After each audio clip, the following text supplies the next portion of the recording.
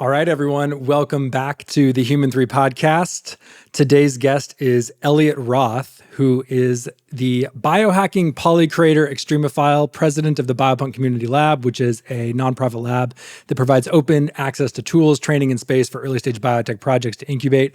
He also throws great raves, and we're going to talk with him about what's wrong with biotech and how the BioPunk movement and BioPunks can fix it. Thanks for coming on the show, Elliot. Cool. Thanks for having me here. Yeah. So where should we start? Lots of things to talk about. I don't think many people have heard of this term biopunk before. High level, what is a biopunk? What is the founding ideology of the biopunk movement? Sure. Yeah. I think one of the fundamental challenges that currently exist in traditional bio or trad bio is that we don't have we don't really have good ways of getting things done in the first place. And I think a lot of the time when you look at cultural movements, you look at reactions to what's currently being done. So if you imagine where we're at in biotechnology, you can kind of picture us in this very buttoned up, very official boardroom, very much like the 1950s era of doing things. And a distinctive reaction to those kind of trends is a punk ethos, a DIY, a kind of like a grassroots sort of thing. Like think CBGBs and all kinds of different punk movements in the 1960s and 70s where they were really rebelling against this idea of corporatism and institutionalized greed and those kind of things, where when you think of somebody who's practicing a biopunk ethos, it's somebody who's very much like being themselves and practicing authenticity and pursuing passion and going for it with any means necessary and starting from a grassroots perspective, kind of like cobbling things together in a garage or hackerspace or whatever, and then using that to kind of build the future and create new movement. So really, if I had to sort of sum it up, it's like you want to see what happened in Silicon Valley in the 90s and early 2000s in the biospace, not in the tech space. So people doing stuff in their garage with very low budgets and then eventually turning those into big things, not having things start with like a buttoned up corporate institutional feel from day one, which is in many cases how things are done today. Is that fair to say? Yeah, 100%. I think we exist in this era where you are able to do far more with far less. And I think that is something that's enabled by a lot of new tools that are coming out, and we have the ability to go much further, much faster. So not possible to do the biopunk stuff maybe a decade or two ago, but now because of new tools, you can do a lot more in your garage. Sure. Would you say that the, opposite example of biopunk that's most tangible today on the polar opposite end is kind of like these mega rounds that fund these huge biotech companies, and it's kind of like a manufactured raise, so to speak? You're talking about like the Arch Ventures $100 million seed round with like 40 people from the get-go. Zera Therapeutics. Yeah, I think if you remember Quibi at all, do you remember Quibi? Not refresh my memory. Was that the TV thing? Yeah. And so like you have these companies that raise hundreds of millions of dollars before even releasing a single product or anything like that. And the expectation is so high and the delivery is so low because you just have not worked up to it. And it's this inflated sense of expectations. And I think to truly have a robust ecosystem is very similar to the software ecosystem, where you have a bunch of small businesses that support each other. And without that, what you're doing is you're just swinging for the fences and you're going to whiff so many times. And instead, what we need is a robust ecosystem of a bunch of people who are just doing small services for each other in order to then launch larger companies and transform the industry. And so I think part of this biopunk ethos is that it's okay to get base hits. Like, it's completely fine to go and do that. And by doing that, you'll eventually work your way to something bigger, right? Like Plasmid Source, I think, is a great example of something like that. That's interesting. It really reminds me of one of these, topics of conversation that I bring up a lot of the time, where it's like, yeah, there's a lot of interesting stuff that can be commercialized, but because the funding is not coming from agency sources either, there's a whole realm of basic research that needs to get done that won't get done unless, a billionaire, starts an FRO, or they decide to do it on their own somehow and bootstrap it. And so is that kind of reminiscent of what biopunk it means to you, or? There's this meme going around in my community where it's like, all we really need is like $20 million. and like, truth be told, like if you have $20 million and you put it in some sort of investment fund, you can draw out like 1.2 million or something like that every single year. And there's so many people who are trying to go about raising from the same billionaires and the same sources of capital. And I really think there's only limited sources of capital for biology right now. And so it's really important, if you're going from a grassroots perspective, to focus on revenue and focus on profitability, focus on making things that people want. Many of these biotech companies, especially in the last little cycle post-COVID, were building things that didn't really make sense. And I think authenticity and realism and a focus on what actually works is part of the overall biopunk movement and ethos. Yeah. So before we get more into the biopunk stuff and like tangible examples, obviously any sort of rebellion has to be contrasted against the status quo, right? Otherwise, what are you rebelling against? So in order to set the scene, if you had to steelman like the status quo bio industry or the way that things are done, what would your steelman argument be? Yeah. I mean, I think that one of the things that we've been shown over time is that like we do have medicines, we do have therapies that end up working, and they have been getting out into the market. Although like our current system is basically you go to a institution like Harvard or MIT or Stanford, one of these Ivy League institutions, you end up working in a lab space or like identifying a technology in a lab space, you out-license it from one of those institutions, you pay them a 30% overhead for the privilege of doing that. You then have investors own 90% of the company to actually invest in consistently over the course of the entire lifetime of the therapy or company. It means that you end up having a high amount of executives. So you have 10 people on the executive team on the board, and then maybe 3 PhDs or doctorate students that are actually working in the lab space. And they're working constantly to actually make a therapy happen. And then when they finally do, what ends up happening is that you end up selling it at a phase 1 or phase 2 to a big pharma company. And so that kind of is the main ethos, and it's been making the drug development industry money for a time. And I think the shift has happened where the ROI on drug development in the United States especially has just shifted over the past couple of years, where you're not making money on these drugs anymore.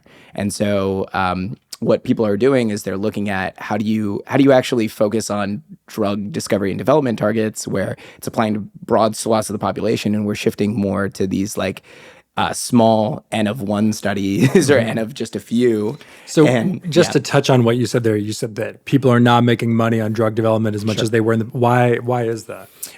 So a number of different confounding factors. So I think one of the first things is that the R&D investment from pharmaceutical companies is getting more and more expensive, while actually the returns are less and less. And then the same. So this is like an Aarons law type argument. It just costs so much more. And so even if you're making the same amount of money, your cost base is so much higher that your returns are lower. Exactly. So the cost of, like, people who don't know Aarons law, it's the cost of pharmaceutical development has doubled every 2 years or the opposite of Moore's law, basically.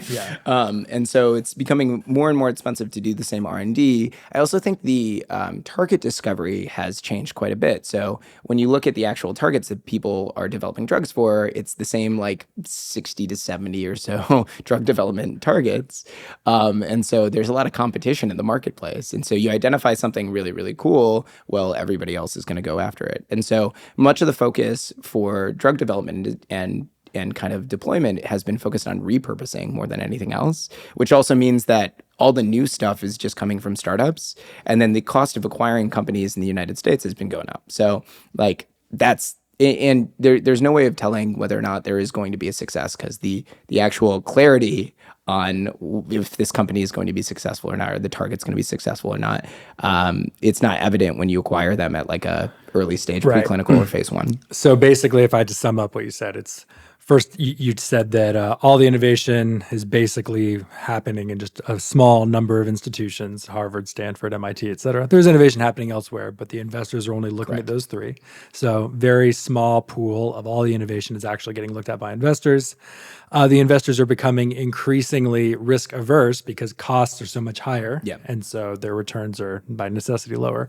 And so they're being driven to just kind of recycle things and look at ideas that either worked before or ideas that almost worked before that they think maybe they can get over the line if they just tweak it a little bit. And there's very little appetite for tabula rasa, de novo ideas. Yeah, like sequelitis in the movie industry, right? Like how many Spider-Mans are we going to have? You're not, yeah. And so you're not going to get, just to use like real world examples, like the examples of all, the guy that invented penicillin and like tested it on himself before commercializing it. Like those kind of things are not happening anymore. And it sounds like you're sort of calling for a return to that. Yeah, in a way. I think one of the values that we seem to be missing in biotech in particular is bravery. Like we don't have people who are really going out there and being brave about trying things. And when you look at there's a surprising number of Nobel Prizes in medicine that were awarded to people that tested things on themselves, which is wild. And do you think that people are less brave today because there's just a general increased level of risk aversity in society? Or is it because now that things have become, the biotech investment world has become so institutionalized and the FDA is so strict that if there's any whispers of any person testing things on themselves, they're afraid that might hurt the chances of FDA approval? I mean, truth be told, like the drug development industry, like biopharma in particular, is really heavily penalized. Like we have media and stories about people who are heavily penalized, like Elizabeth Holmes is in prison, right? Like, so you end up having these stories of like fraud and these stories of bad founder interactions and other things like that. And not to like say that anything that she did was great, but it's more like when you look at media and they portray people in the sciences with like white lab coats and everything like that, they're never the hero. They're always doing the bad thing. And so I think it's partially like a rethinking of the stories that we're telling about people who are actually pursuing the edge cases. And I mean, there's a implicit danger in being biopunk and trying things. And I think that's both alluring and potentially like dangerous, but that's part of the punk ethos too. One of the takeaways that I've had from this exchange so far is that, we'll probably benefit from people building what needs to be built in order to de-risk truly de novo discovery and therapeutics development. Yeah. When it comes to new target ID, for example, I mean, everyone talks about how many areas of unmet need, particularly in neuroscience and other areas, suffer from a lack of disease-modifying therapeutics. And the way to find that, in theory, is to build better predictive biomarkers, but also to look at new targets that haven't been looked at before, like truly novel target discovery. And you mentioned bravery in the sense of like, scientists and founders kind of innovating on their own. But what about like what advice would you give later stage investors that are obviously looking to maximize their return, get to an IPO, but also maybe are trying to be a little bit more progressive when it comes to looking at newer things?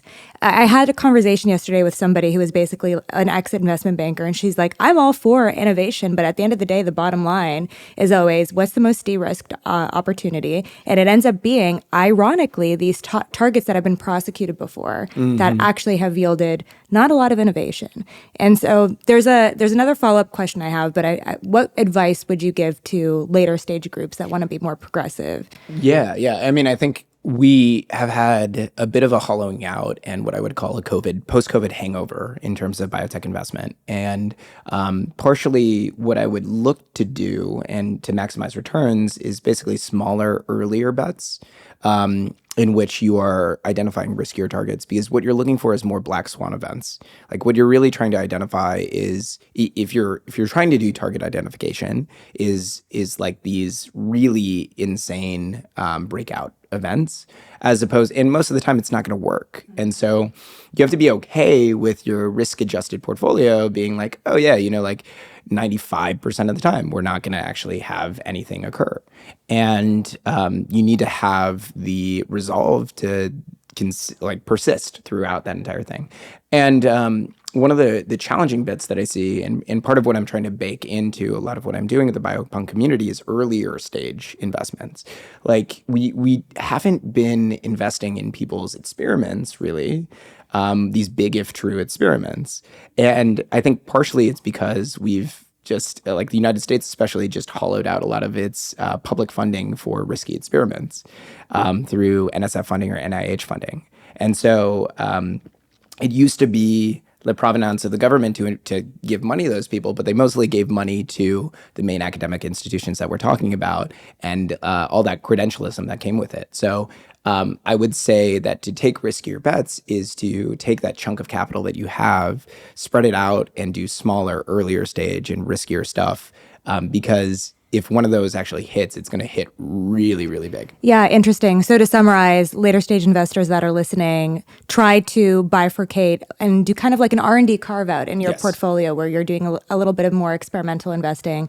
That being said, some of the later stage investors that I've been talking to lately have been, in response to the macro environment, taking what they call a barbell approach to investing, which is like, we're going to focus on company formation, or we're going to, if we can, allocate to the public markets. How do you think about company formation in the sense of an investment group that maybe hasn't done company formation before, trying to do that? And is there a way to incorporate BioPunk into this as opposed to going to the main institutions and just trying to find who's ready to commercialize? Yeah. So I used to work at Deep Science Ventures, and so we were focused a lot on company formation and identification of like viable business strategies to kind of like solve. I was working the ag group, which was focused on biodiversity, but our pharma group was really interesting in their approach, and it was partially through partnerships with pre-existing companies too. The core thing that I think is going to change quite a bit in the overall approach to market is when you're investing at a very early, so the barbell approach makes a lot of sense. You're investing at a very, very early stage, but you're investing in people's experiments. It doesn't really necessarily matter the hands that are conducting the experiment. What matters is a really well-designed and robust experiment that shows you if something's going to work or not. And at a proof of concept stage, you don't need that much in the way of resources to demonstrate whether or not something would function or really like indicate that this bears additional investigation. What ends up happening though at the later stage is that especially now with the number of resources and connectivity of people, is that you can chunk out bits of work through CROs. And so my strategy of like supporting companies and investing and like really trying to support a lot of these biopunks has been at a very early stage, spin up a fund that invests in early stage projects and proof of concept experiments, like big if true experiments, and then if functional, connect them to CROs so that you know exactly the amount of money needed to reach every subsequent stage. And then when you're going into clinical testing, try to take a look at how do you test in a way where you are able to derive efficacy information.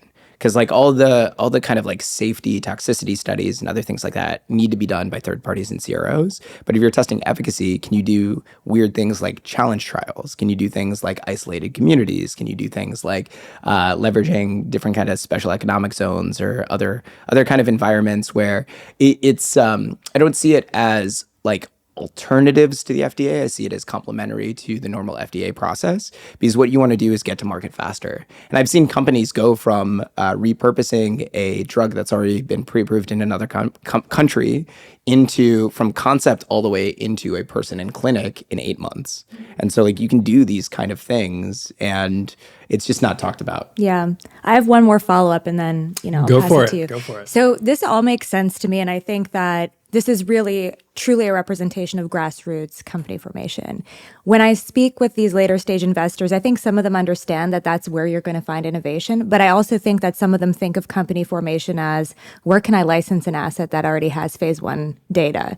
So I hope that there is some way to bridge some of this later stage knowledge all the way to the very early stages of discovery, because I think that there is still a little bit of a disconnect between where to find novelty and, there's definitely an archetype of a playbook for company formation where it's like, let's go to a pharma company and license these shelved assets that were probably shelved for a reason, and spin up a company around that. But I think, as these funds build up more internal capabilities, maybe there is more of a reason to go earlier and earlier into the asset development life cycle. But I'm not sure if you agree with that or not.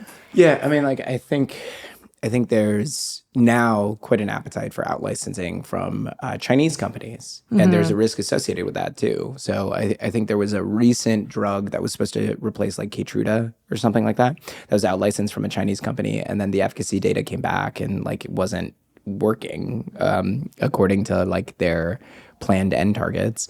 And so stuff like that is like, okay, well, if you are, where's your risk, right? And if you're out licensing something for like hundreds of millions of dollars, that's a pretty big chunk that you're taking. And if you take that $100 million and then you break it up into smaller chunks, is that worth your time though?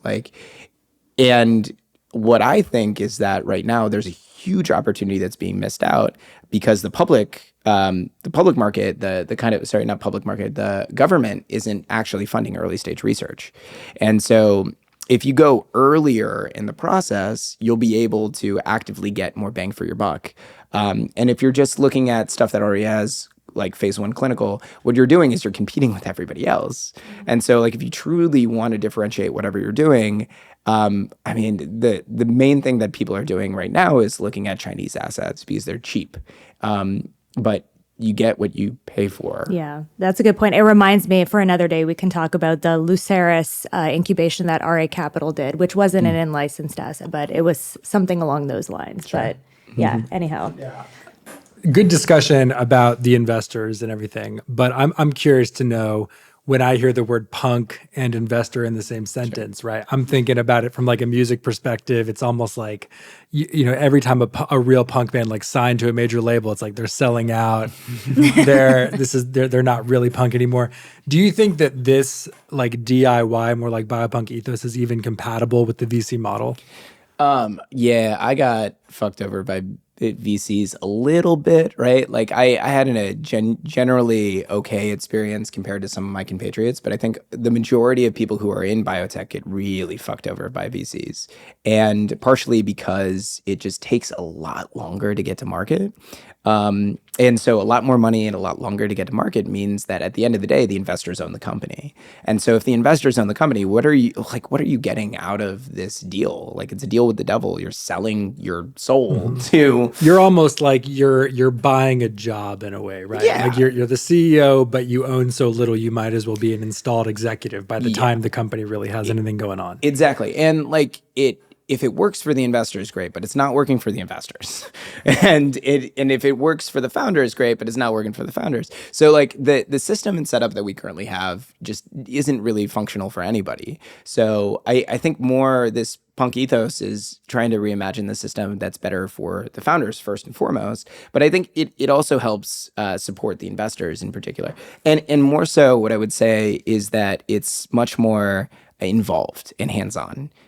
Partially because what you want to do is you want to get your hands dirty. Like, I see so many investors who don't get their hands dirty or don't even understand the technology. They're just throwing their money after something because they can see the line go up.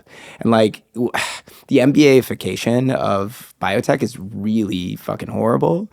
And so when you're looking at trying to approach new problems, like prioritize revenue, speed to market, and like if you can't get to revenue and you're doing like drug targets or other things like that, like try to chunk it out so that you know exactly what you're getting for what you're paying for. I think that the clarity and transparency and communication, that's all part of it, and being really real with it, not trying to trump things up. I saw so many instances of bad behavior and just kind of like straight fraud and lying when I was going out to raise, like all the way from like 2016 through 2022. You're talking about bad behavior from other founders that were also raising. Well, and this is why it's tough, right? Because you're competing for the same investor dollars from people who are willing to be a little bit more, let's say, liberal with the truth. Yeah. And so you are almost at a disadvantage if you don't also do the same thing. And then everyone's full of shit. Yeah, yeah, and I think like from an investor perspective, like somebody was really honest to me once, and they were saying like the only thing that matters to investors is if they can sell it to other investors, and so like that's all this like line go up mentality, right? Like it doesn't matter if StemCentrix never had viable technology. If Founders Fund could like flip it to AbbVie for a couple $1 billion, they made their money, they secured their bag, but who the fuck cares about the patients at the end of the day? And I think at the core of it, it's mostly like if you're making things for people, right? You want to make sure those people are taken care of.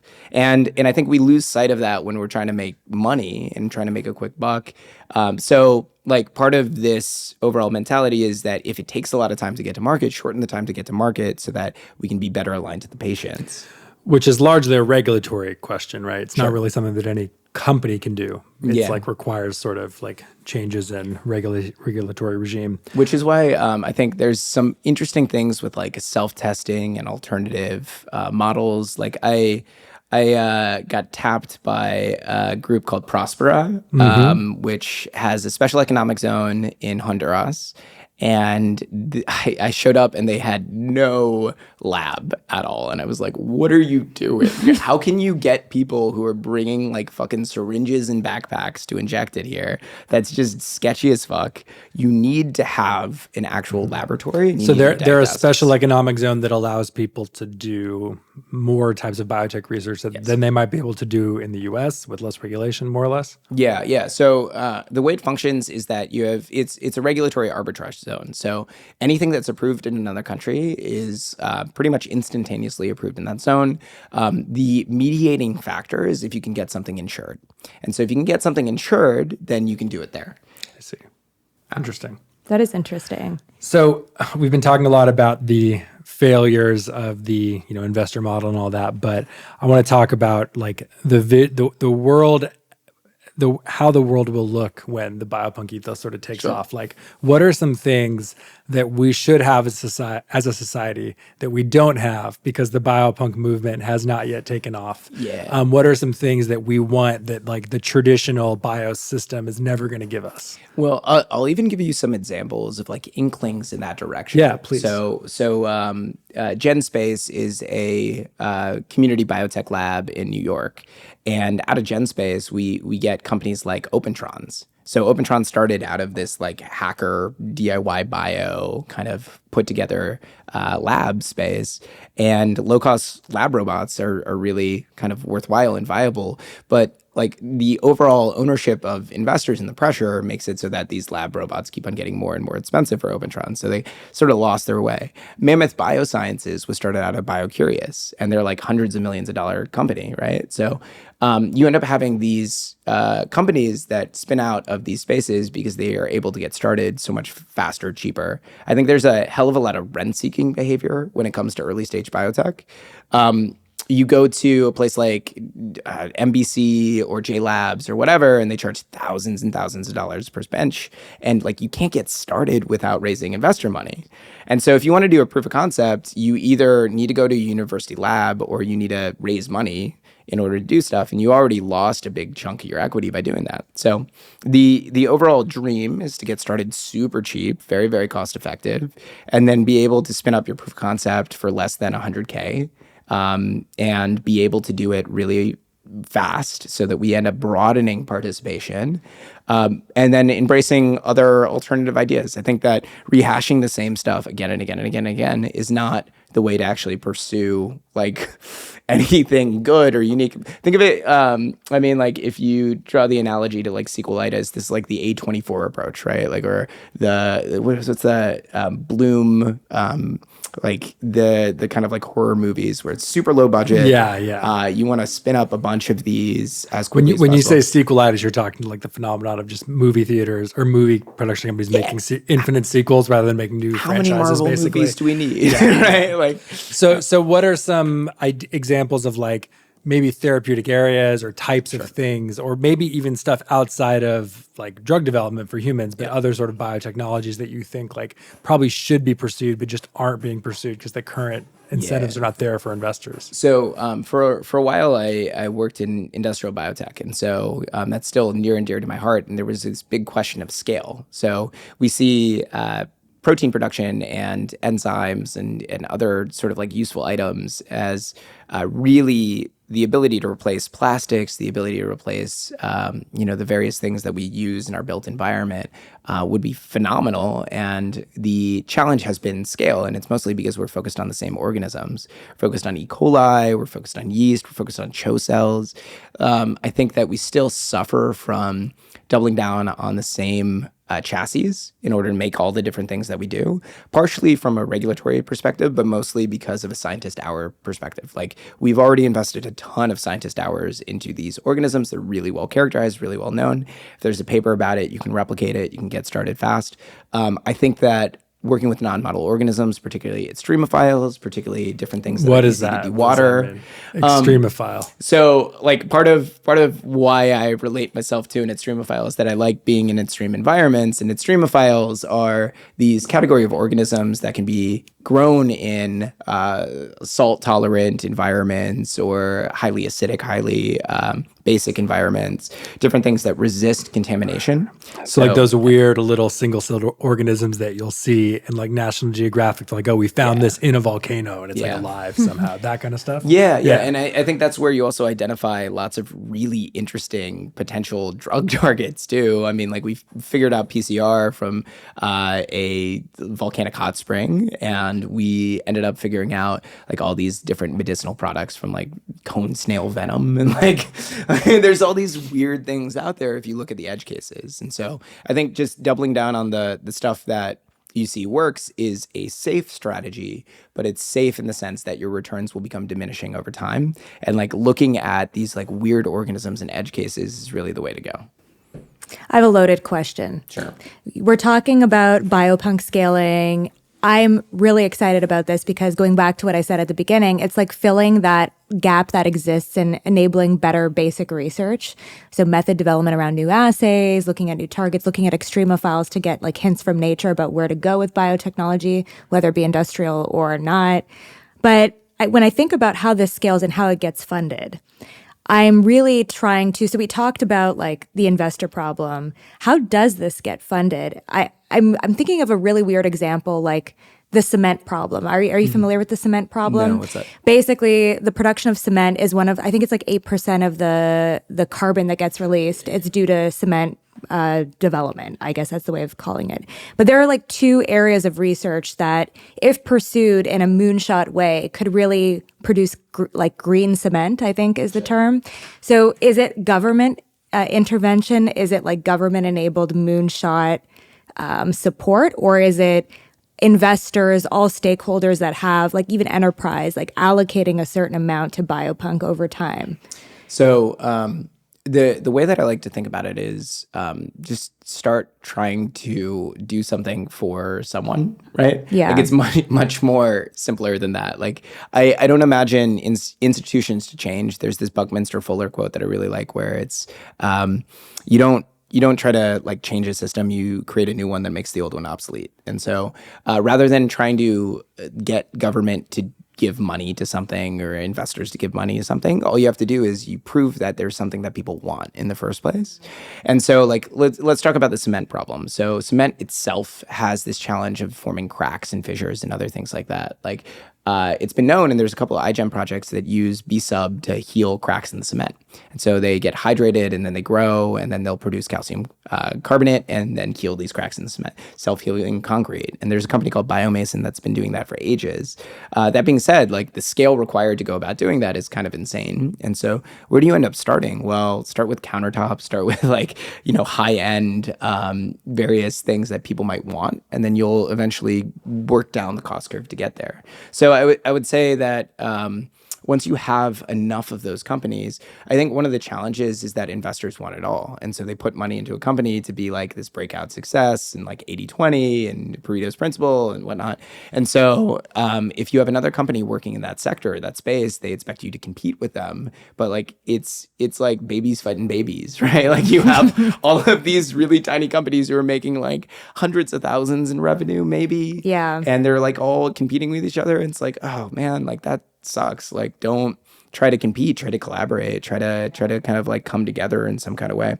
So I guess as like a flip to answer your question is much more for me, and truth be told, I see this as like a phase shift in investment in general, is like focusing on revenue and profit and creating something that at the end of the day you have a customer set. And there's really interesting use cases for like drug development in terms of like different kind of orphan diseases and orphan drugs, and like small N of just a couple of people, because what they'll do is that they'll raise the money and they'll invest in it themselves, and they'll do it for themselves. And people are doing this on Reddit already. Like the ultra rare, like patient advocacy groups kind of coming together and supporting new drug development. I think the surprising bit is that everybody's biology is a little bit different. And I mean, we're starting to recognize that if you want to develop something that targets you specifically, then you need to, all medicine will become personalized medicine. And so this idea of these like breakout pharmaceutical targets as success points is just not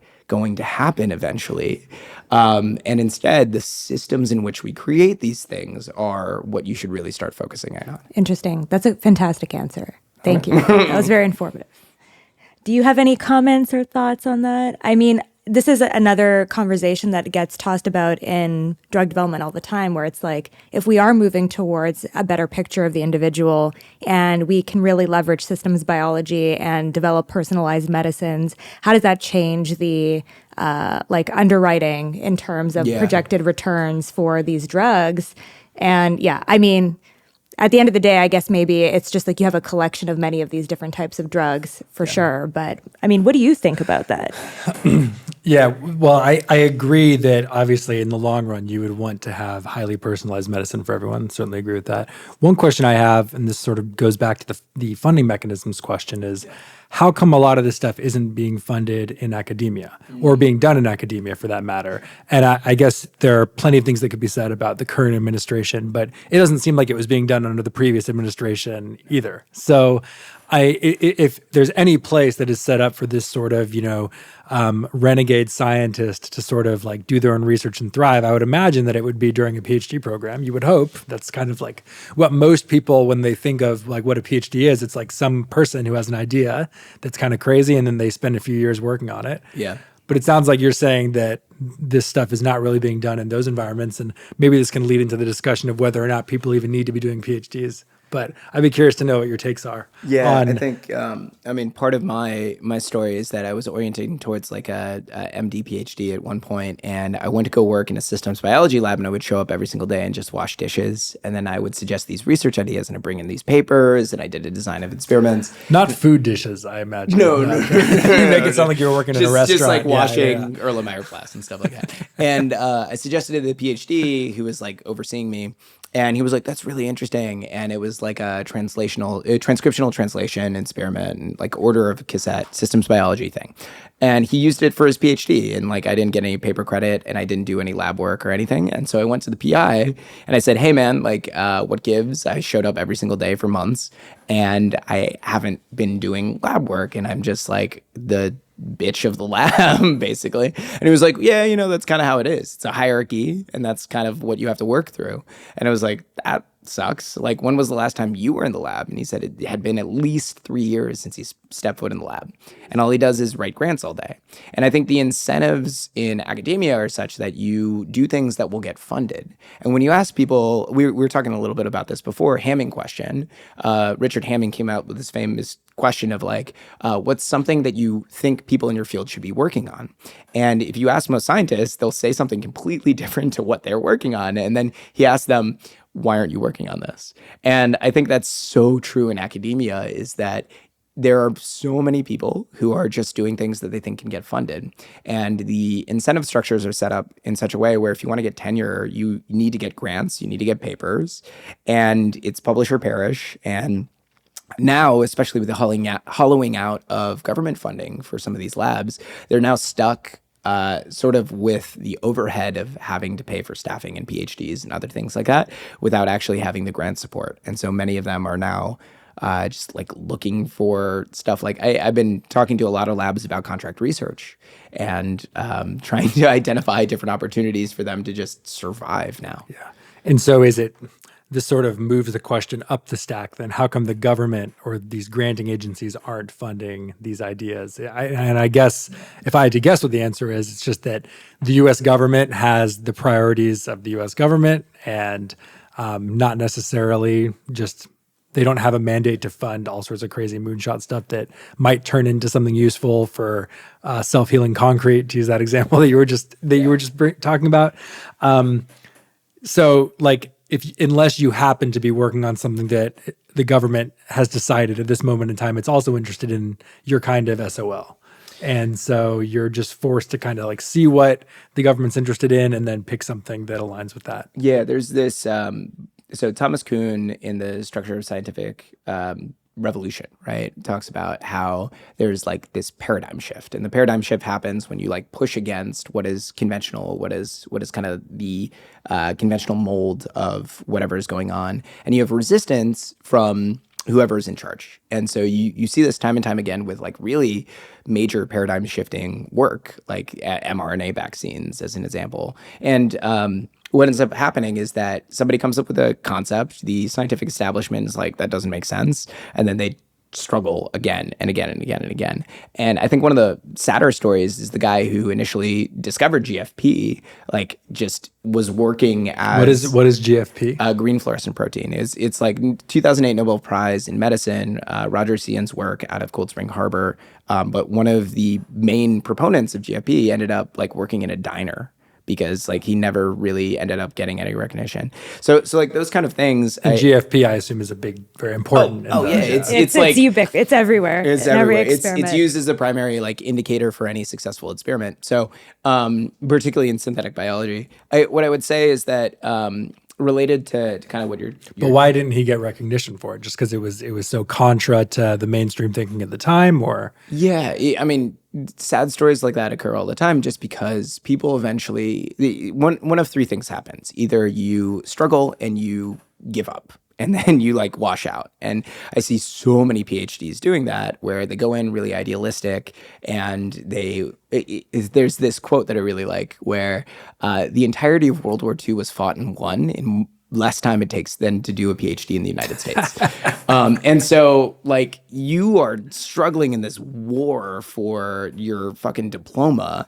And at the end of the day, like, of course you're going to burn out. The amount of mental health crisis and PhDs, and then you get paid shit. You know, you get paid like less than a living wage. I still think at Berkeley, they only get $35,000 a year, which is crazy for the Bay Area. It's insane. Yeah. Yeah. Was it, was her name Karen Carrico, the woman who was part and parcel to the RNA research that eventually got put into the BioNTech company? Yeah. Like, that's another example. I don't think a lot of people realize that every major breakthrough that's enabled something like highly useful in the past 20 years has come from a series of struggles and in investigations and like push and pull type scenarios that somehow serendipitously at some point coalesce. Yeah. And if you don't have the opportunity to continue creating those moments, at some point in the future, we'll have fewer and fewer opportunities for those, I guess, serendipitous factors to coalesce into something useful. Yeah. It's a very vague way of saying we just need more people doing experiments. I mean, yeah, I think it's wild. Like, okay, so like calling out certain organizations, like SynBioBeta charges $2,500 to attend, which is a huge barrier to entry for people. And you look at most of the conferences, and if people want to learn, conferences are a way to actually like share information. There's no way to actually attend unless you are like in the in crowd or something like that. And then you look at iGEM. iGEM has stagnated in terms of the number of participants. iGEM is the International Genetically Engineered Machine Competition. It's like the basis of learning synthetic biology for many university kids. And it's 400 teams. And the only thing that's changed in that 400 number has been the percentage of Chinese participants over the past couple of years. And so like when you look at something like that, it costs thousands and thousands of dollars to fly out to Paris, get a hotel, and participate in something where like when you look at software, people do a hackathon in a weekend and they get paid to do it. And they get free food. So like the way that we're going about approaching broadening participation and talent in particular is insane. It takes so long and so much effort, and you're going through so many hurdles. Of course, people wash out and we're not getting a broadening of participation or ideas. Yeah, it's a good point. I mean, you were just talking about the hackathon thing, and this is just to continue drawing the parallel or the differences between biotech and tech. There really isn't like any super well-known, well-respected accelerators in bio, right? Yeah. In the software world, you have Y Combinator, and sure, they do some biotech every once in a while, but that's not what they're known for. It's not necessarily what they're good at. You have groups like HF0. But in the bio world, you don't really have any like preeminent accelerator where people are like, dude, can you believe it? I just got into this amazing accelerator. Yeah. Not to say that there aren't some, but it doesn't seem like it's been really like institutionalized in the same way. And there aren't these opportunities for people to go and just get some funding and immediately get started and have support to the extent that you would want. I went through Indie Bio back in 2016, and the thing that they don't tell you about the deal at Indie Bio is that back then they were giving us $100,000, but $100,000 in quotations, 50,000 of that was supposed to go to accelerator services, and they gave us a teaching lab at UCC, University College Cork, and I show up and we have $50,000 in 3 months. And so what do you do with $50,000 in 3 months? That's a lot of work for like a tiny team to get going. And instead you really need more time, more money. And in particular, like if you're trying to support an entire team, that's not funding for a company, right? It's funding for an experiment. You really want to just run an experiment, and funding for an individual to run an experiment more than anything else. $50K for 3 months, it's nothing. That's and I subsisted on that for 2 years. Jesus. So like I just ate algae and figured it out, right? So we'll talk about the algae eating in a minute. So all right, so we've talked about all the problems. Sure. You're doing things to try and fix it. Yeah. Tell us about what you're doing.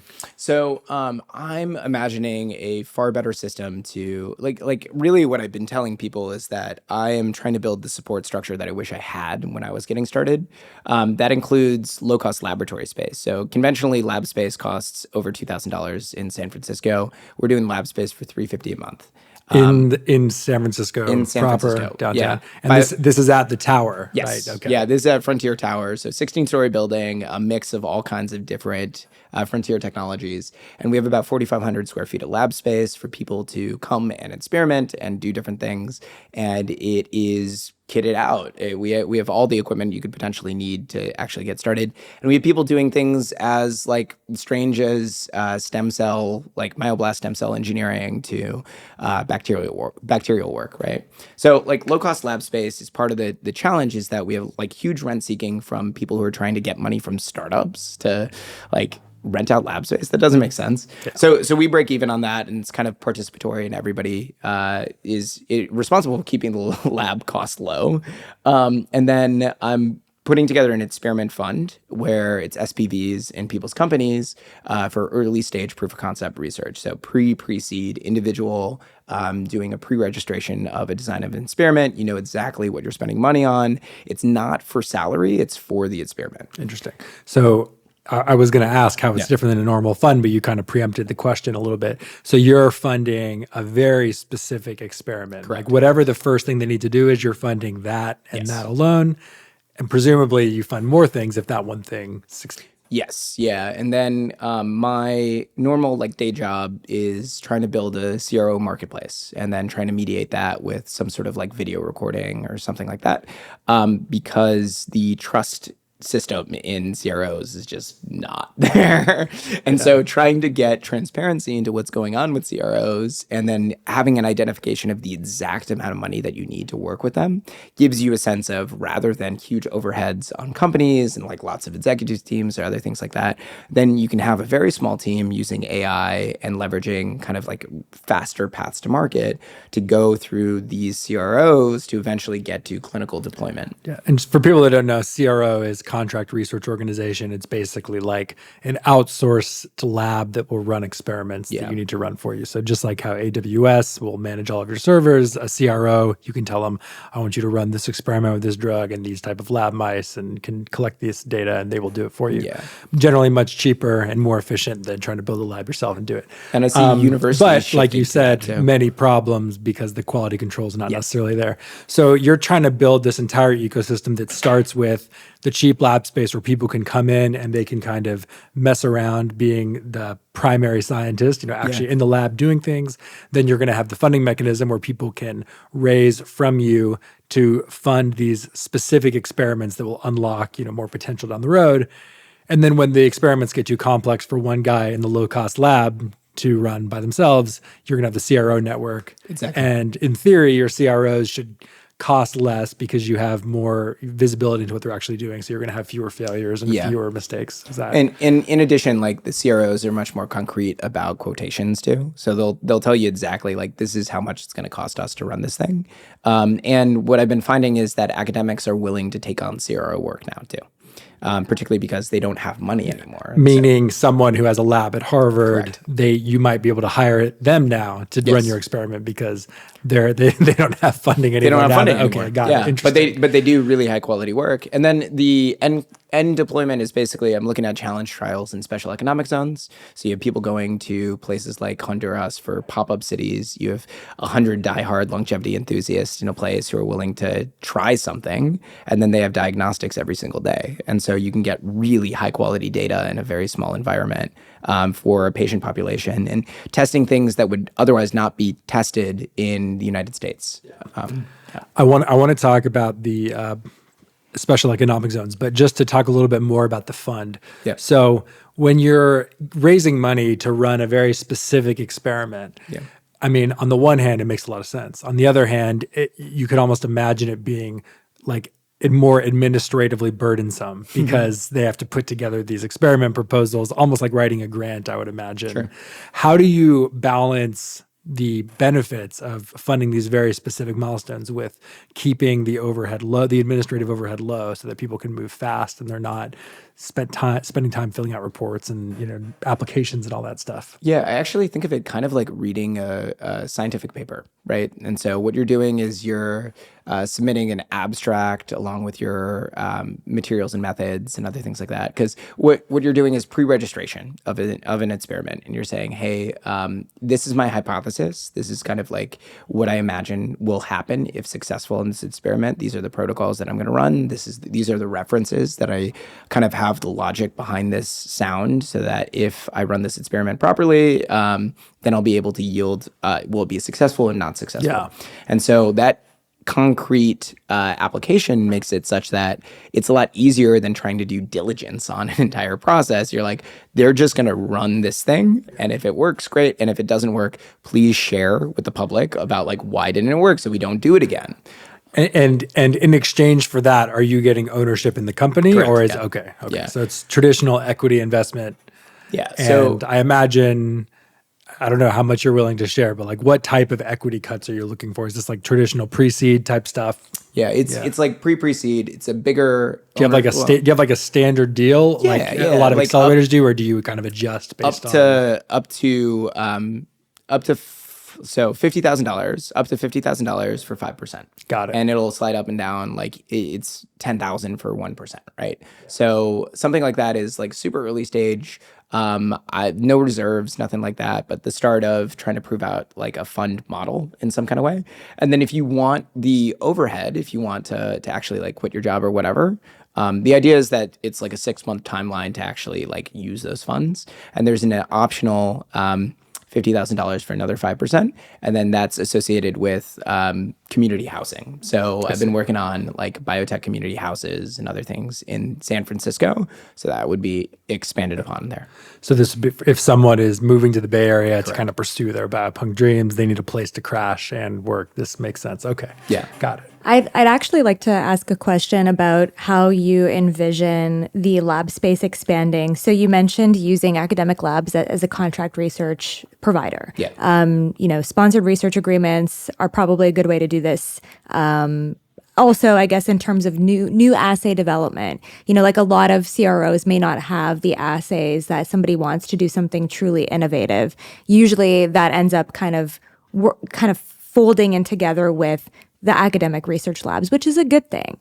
But I think in the future, as things progress, then you're dealing with licensing from the university. So how do you envision creating a space where novel assay development actually can exist without the burden of needing to negotiate terms with MIT or whoever it is? Yeah, that's a great question. I mean, I think right now especially is a key time to be able to start contracting with the universities, particularly because they are suffering, and so they're willing to negotiate, and they're willing to come to the table to be like, oh, we don't really have money coming in from grants anymore. We got to figure out how to make money in some kind of other way. And so I think the timing is right to look at that sort of structure and system for sponsored research agreements. I think from an IP consideration, I also think that we're moving into a realm very similar to software where IP is much more fluid in biotech.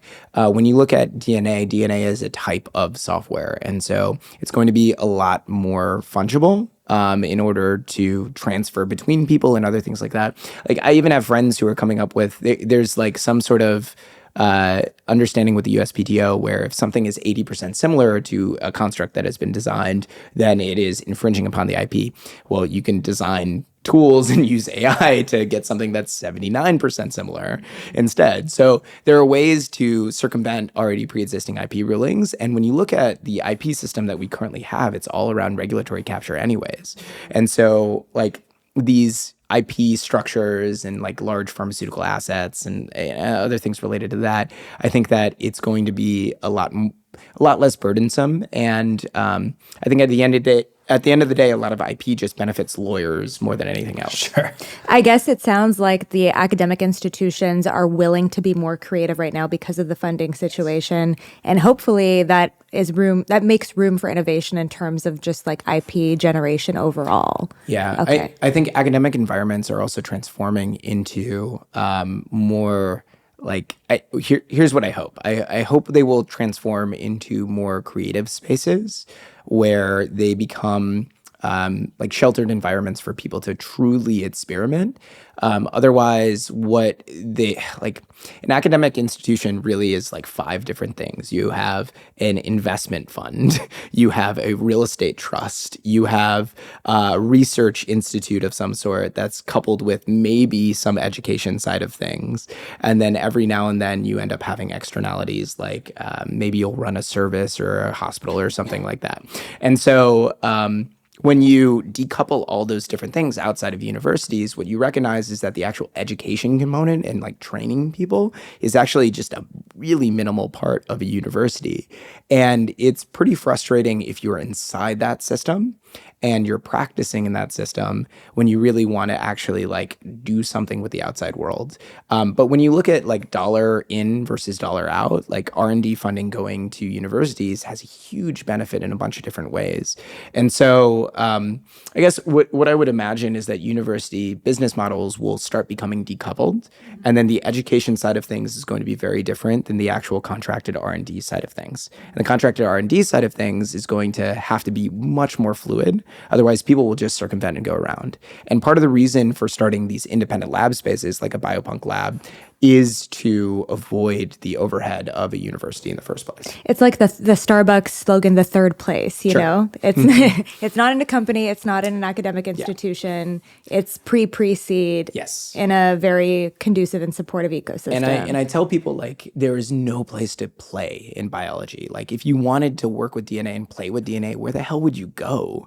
And so like you have to be at an academic institution or at a company, but like there's different incentive structures there. So if you just want to like learn and play, like the best place to do it is in a community lab. That's awesome. Yeah, and that sort of answers another question that I was just thinking about. You were talking about the sort of standard deal structure that you have, and it sounds like it values the companies at about $1 million, and unless I misheard, right? Yes. 50% for, or sorry, 50,000 for 5%.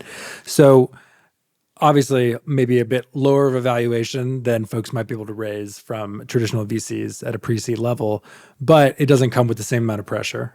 Yeah. And it allows for a lot more freedom, maybe. And is that kind of the argument that you would make to someone who is saying, well, why should I take your money when I can get less dilution from this other group over here? Like, yeah, I mean, I think what I'm looking at is in fact like volume, right? Like the overall idea is that you want to run as many experiments as possible. That's why they're an experiment. Yeah. And they're an experiment because what you're doing is you're trying to identify, is there something of value in the first place? And then if it is of value, then it's so much easier to raise money, right? Sure. If you're doing your proof of concept experiment and you're like, oh my God, I cured Alzheimer's, right? Oh my God. Well, like then it'll be really easy to raise 10, 20, 50, whatever, however many million you need to get to market, and chunking it out and being very discreet about it makes it such that you understand exactly what you're getting.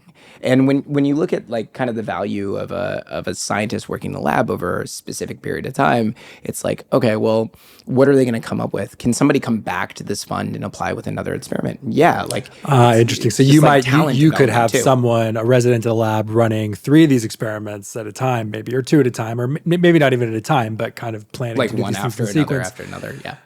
Of maybe different ideas that aren't necessarily all going towards the same goal. One Alzheimer's focused, one metabolic dysfunction focused or something. And if one of them works, then the company's kind of built around that, but they haven't necessarily which it would be very difficult to do in like a traditional, let's raise money from VCs and create a company type setup. Is that fair? Yeah. So there's a lot more sandbox width, I guess.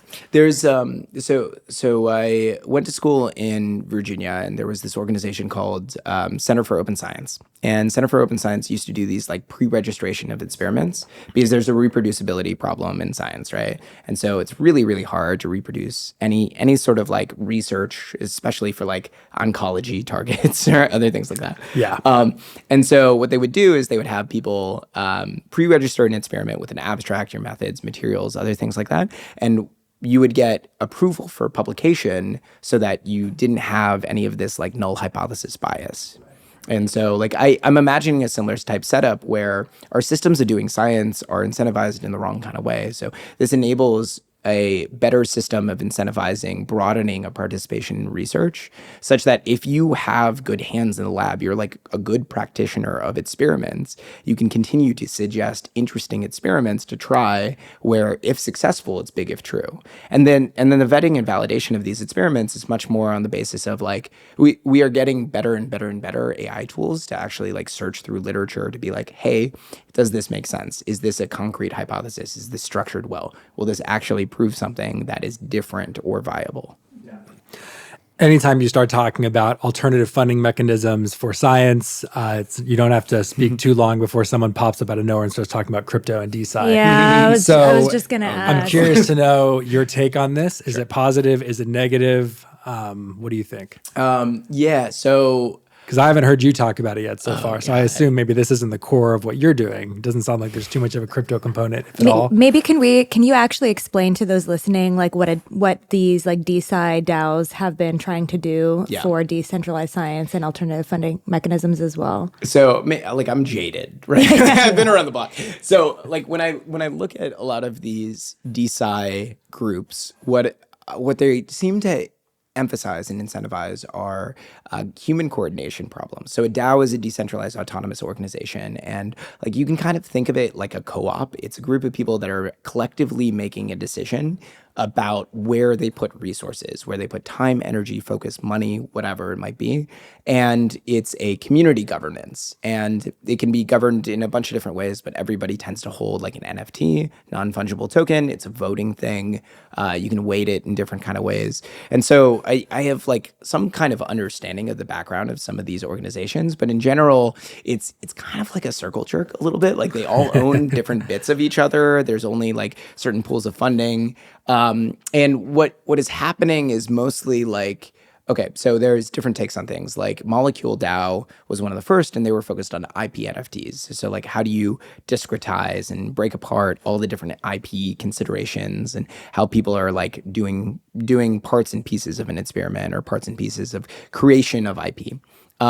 Which when you look at Quirky, which was a company that was focused around hardware development, they did that way back when and they failed. And so like take a look at the failures and figure out why it worked, why it didn't work. And just to be clear about what their idea was, it was like we can take a specific patent or a specific piece of IP and like put it on the blockchain so that the value of that IP or that IP can be traded. Yes. Whereas normally you have to trade a company, which is generally a collection of IP and talent and pipelines and stuff. Or you trade you can trade the individual level. You basically putting patents on the blockchain so you can trade the individual patents. And I think like part of this is in understanding that like the USPTO doesn't really manage biotech in the best kind of way. Like there's a lack of understanding, it seems, that like a utility patent is a very difficult thing to apply to some sort of pharmaceutical asset. It's kind of challenging to go and do that. The other kind of use case is much more DeFi, like decentralized finance side of things. And so like how do you actively invest in biotech? And many of the companies who are working through like bioprotocol as an example are groups that are just trying to raise capital. And it's like equity crowdfunding, more or less. And so like these are just different names for things that we've had already. But with like a crypto shine and expanding the access and applicability to people who've made a lot of money on like Bitcoin, who don't want another yacht and would rather spend their money on crypto and crypto token, bio tokens, right? And so like I see it as like beneficial because the only pools of capital that currently exist right now are really like philanthropic capital that's like somewhat accessible, but high net worth individuals. How many billionaires have their own longevity project going on? And then another pool of capital is crypto, and that's much more grassroots crowdfunded sort of things. But like it's really scary in the United States when you have somebody like Ed Boyden, the head of the largest lab at the MIT Media Lab, where he's coming down to Honduras to ask a bunch of like crypto bros for money.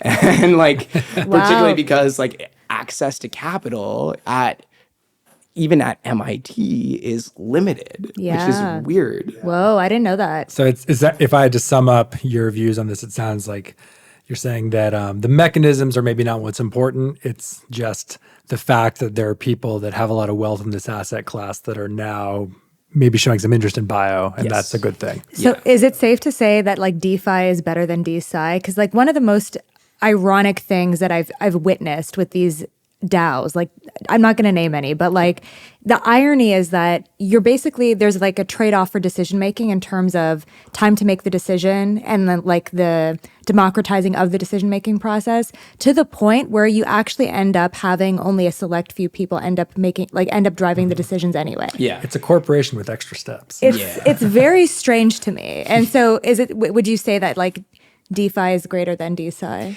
Yeah, I think the DeFi mechanisms, and in particular, like the access to resources and capital in crypto and in general, and anything that's mediated by blockchain has been already established, right? So you look at all the DeFi mechanisms of companies that are not in bio, and it's pretty robust. So you can leverage crypto as an asset class to be like, oh, like let's invest more in companies.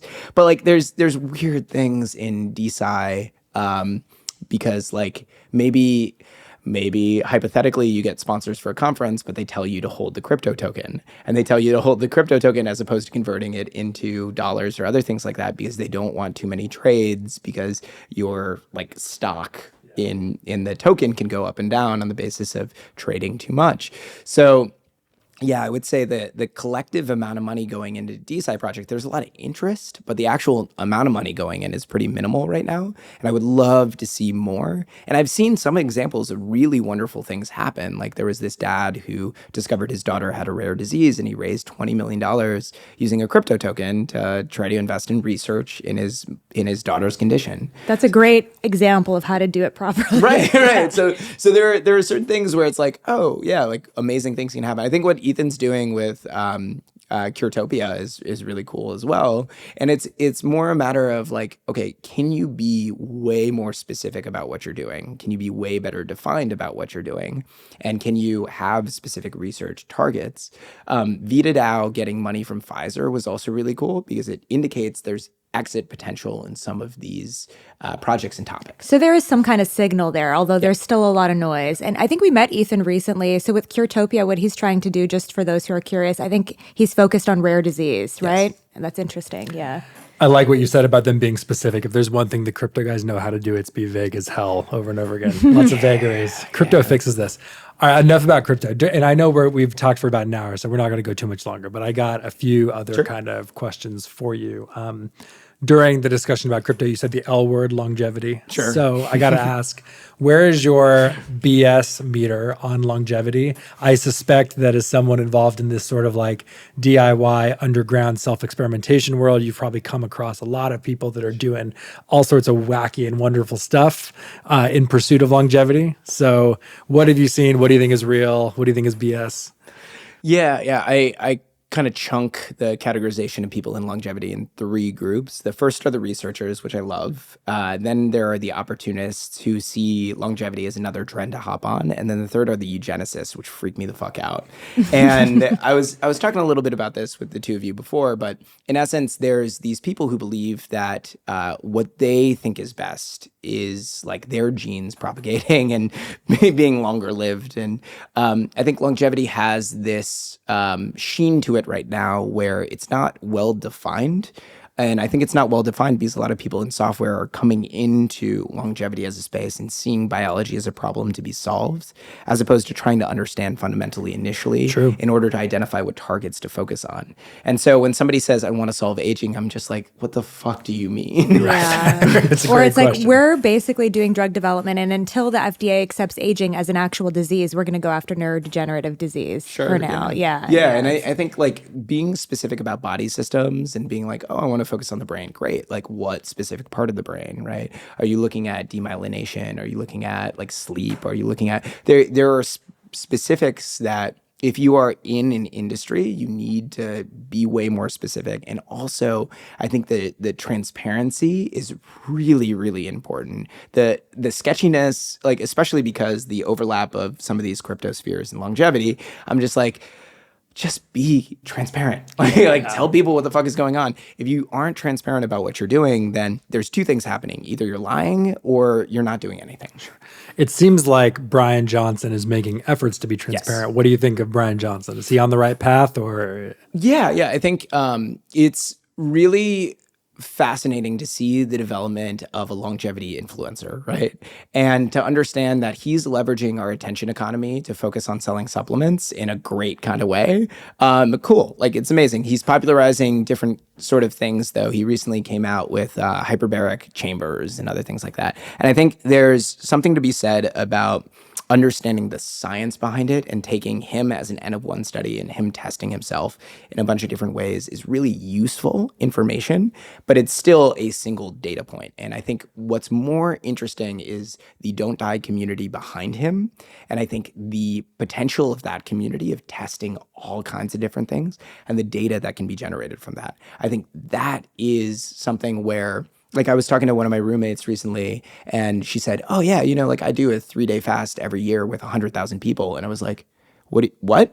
And she's like, yeah, we just do it all at the same time. And there's 100,000. And I was like, these experiments are happening all the time. We're not doing anything with this information. And so that's what's interesting about Bryan Johnson is not him, but his community. It's true.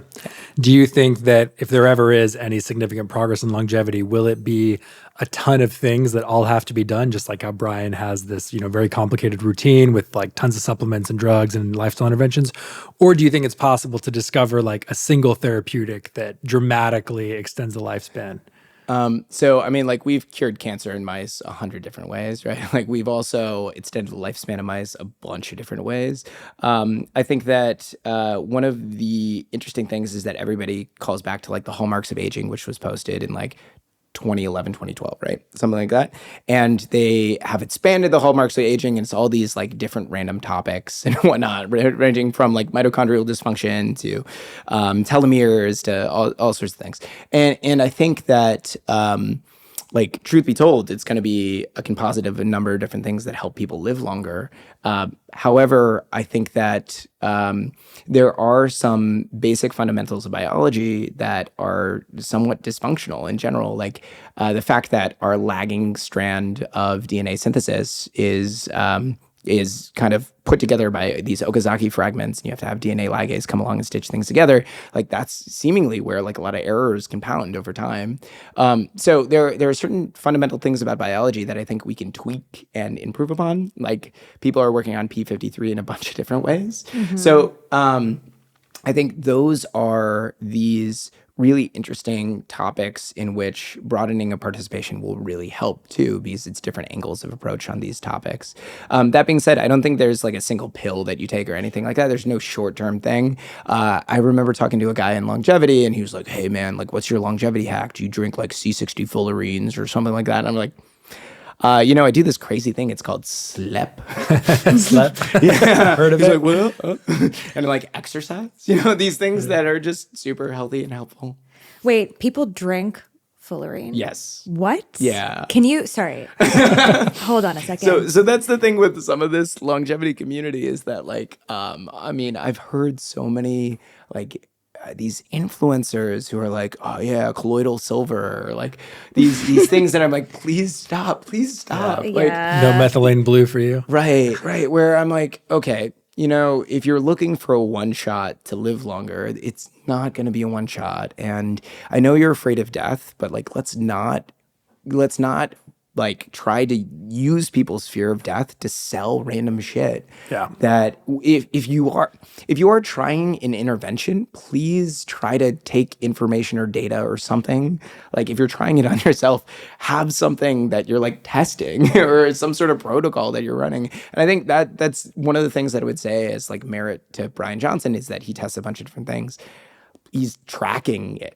Like track that information. He is, but I sometimes wonder, like, if you're taking that many supplements a day, how can you measure the change of one regimen actually impacting the rest? Other than that, I think it's cool, but I think the supplement thing, especially with like relative bioavailability of supplements and the absorption, and there's a ton of confounders, I think, that can come up. But so I've done like self-testing. So I went on an all algae diet, which was dumb. I think I gave you $100 on your Kickstarter. It was super helpful. And I was very disappointed when you gave up before the 30-day mark. I was like, what was this? No, I'm just so my doctor, like I asked her ahead of time and I was like, hey, like I'm about to do this thing. And she was like, please don't do that. And I was like, but like I'm doing it anyways. And she's like, okay, like take a week at first and then see what's up. And I fasted going in. I did a water fast going in. So my gut microbiome was like steady state. And then during it, I tested as much as possible. I had a continuous glucose monitor. I ended up tracking every single like input and the foods and like the nutritional content and everything like that. And it's so hard to get the caloric density necessary from just algae. Like I got my micronutrients, but I didn't get like the calories required. So I was tired all the time. I pooped twice during the week. That was it. But my gut microbiome completely changed over because I was using a different source of fiber. And it was like this marine-based fiber, sulfated polysaccharides. And I decreased my pathobiont count in my microbiome and increased other things like that. But I was doing like all these different tests on trying to go through with it. And I just talked to the All Fed team, which is like a like open philanthropy funded group which focuses on like how do you feed people in the event of nuclear winter or catastrophe or other things like that. And I was like, oh yeah, like this next time around, if I do it again, I'll do it with mushrooms or something like that. So mushrooms and algae combined could probably feed a person.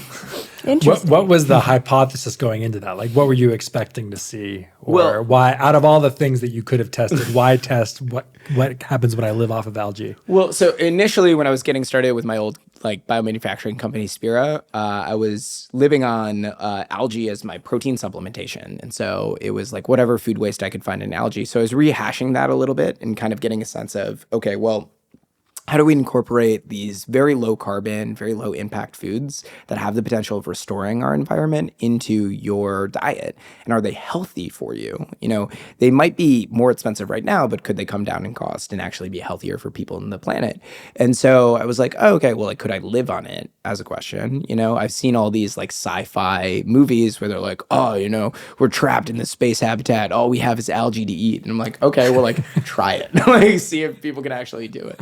And so, the challenge really was trying to recreate thousands of years of culinary tradition in the span of a week. That was really hard, but I made algae pancakes. I made algae, like miso soup. I made all sorts of smoothies and other things like that. And it turned out all right. Like taste-wise, it was a lot better than expected, but like overall, just like the amount of food that I needed to input into my body, it's really hard with these like emerging foodstuffs. So as opposed to looking at like 10,000 things at once, like the supplements, you just went down to one thing. Yeah.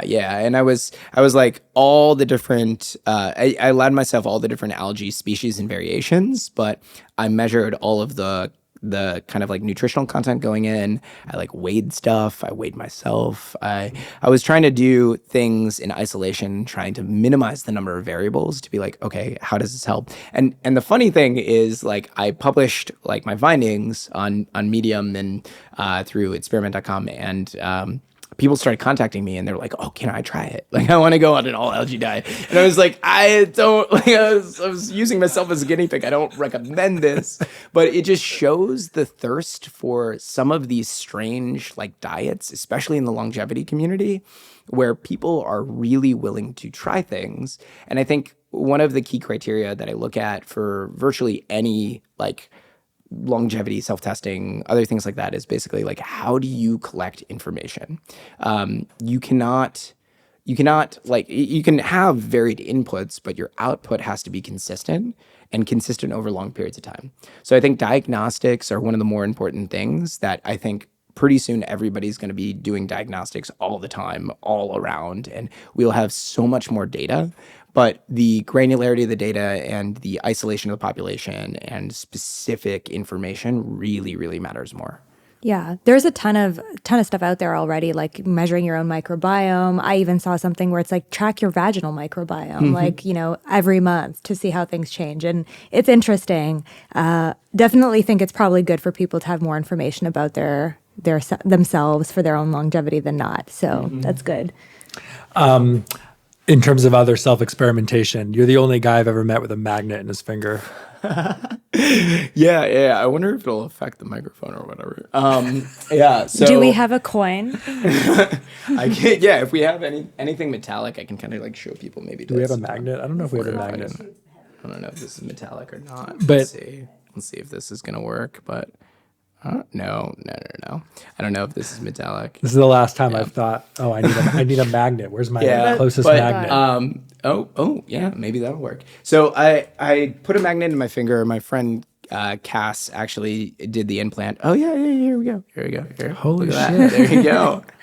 Can you hold it towards the camera there? He's got the little thing hanging off his finger. There you go. So That's so crazy, dude. So I got the magnet implanted back in 2019, and truth be told, I really need some sort of thing associated with like some sort of wristband that says, "Hey, don't put me in an MRI if I get in a car accident and exactly. I'm unconscious." Yeah, that'd be bad.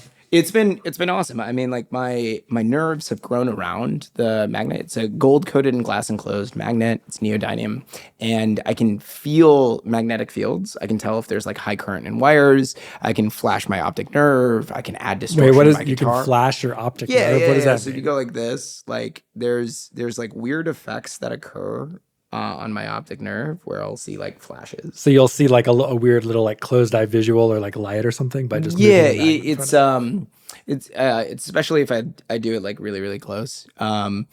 Just weird things.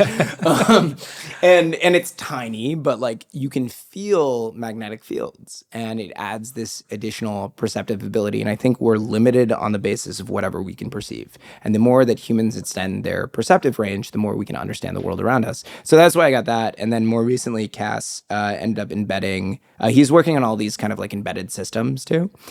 He embedded this NFC chip in my hand. So I have access to my building. And this is the same guy that put the magnet in? Yeah. We've been friends for ages. I guess you could say he's been inside me. So True brotherhood. Yeah.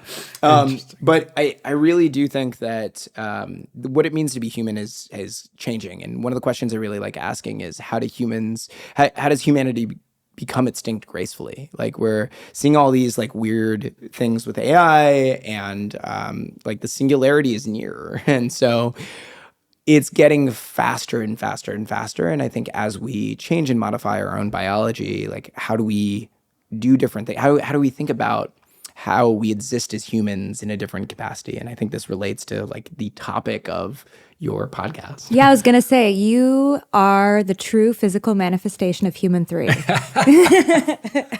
There he is right there, ladies and Yeah. gentlemen. Sam, did you have any other questions for Mr. Elliot? No, but I'm sure we'll talk afterwards too. I Yeah. mean, lots to chat about, really cool stuff that you're working on. Thanks so much for coming. Yeah. Was there anything that you wanted to talk about or any points you wanted to make that we didn't get to talk about on the podcast? Yeah. Well, the biopunk community in San Francisco, you are able to come and rent lab space really, really cheap and easy. We have about like 45 people working in the building right now, working on the floor, and then we're doing different events. Like we do an unconference. I am extending the unconference all over the world too. We're going to be doing a bit of an unconference in London in mid-September as part of BioFabricate, and then we also have a biohackathon coming on up. And so, What's the website or the best place for people to find you online if they want to get connected? yeah, biopunklab.com. Biopunklab.com. Beautiful. One final question. If you had a shit ton of money and could fund one experiment, I have had this dream to work on red blood cell engineering for a long, long time. And so I would love to fund more red blood cell engineering. what does that look like? What's a quick, high level example of that? Well, actually, okay, so that's a personal project. Like more broadly, women's health, like 100%. Yeah, I really genuinely think that severely underfunded, huge opportunity in the space. And like the more money going to women's health, like the more interesting things will happen. But like red blood cell engineering, RNA engineering of red blood cells as drug delivery carriers to replace LNPs and also serve as artificial organelles. It's something that is extensible in a bunch of different ways. Like you can end up doing them all over the place, and all you need is phoresis machines. So, Interesting. Yeah. So you could be used for drug delivery. It could be used for also interesting. Yeah. And obviously agree on women's health. I mean, as the saying goes, healthy wife, healthy life. Is that how to say it? I think that's how it goes. I think so. Cool. Elliot, thank you so much. This has been great. Everyone check out BioPunk Community, and we'll see you next week. Bye. Fun stuff, man. Thank you.